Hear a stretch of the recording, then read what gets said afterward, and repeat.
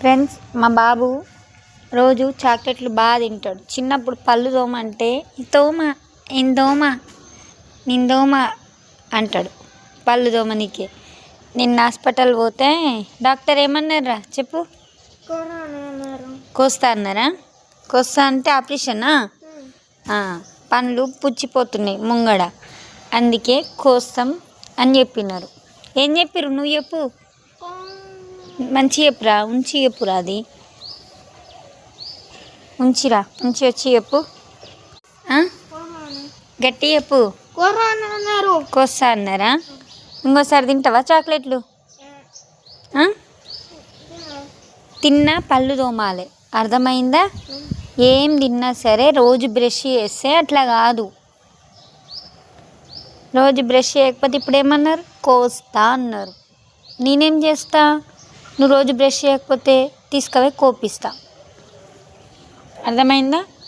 రోజు బ్రష్ చేయాలి, అమ్మ చెప్పింది తినాలి. ఓడోడో చెప్పింది తిన్నావు అనుకో ఇట్లనే అవుతుంది, అర్థమైందా? మంచి రుద్దు, ఇట్లా ముంగడ ఇయ్యాను ఇయ్యాను. సో చాక్లెట్స్ తిన్నా ఏం తిన్నా డైలీ బ్రష్ చేయాలి. నిన్న హాస్పిటల్ కోసం ఏంటంటే హాస్పిటల్కి వెళ్ళినాం కదా, అమర్పేట్ క్లినిక్.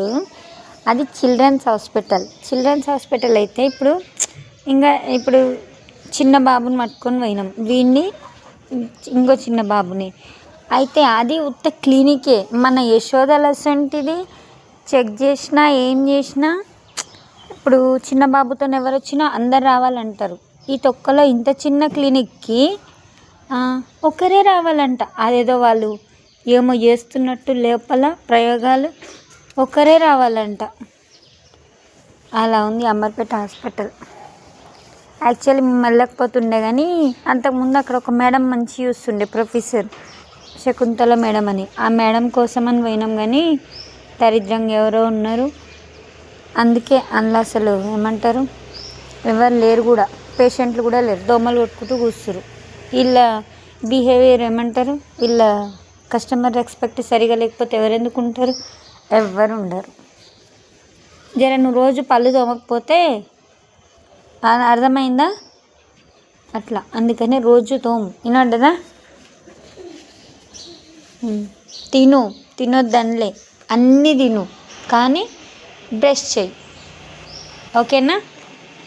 అప్పుడు నీకు పెయిన్ రాదు, ఏం రాదు, టీత్ మంచిగా ఉంటాయి.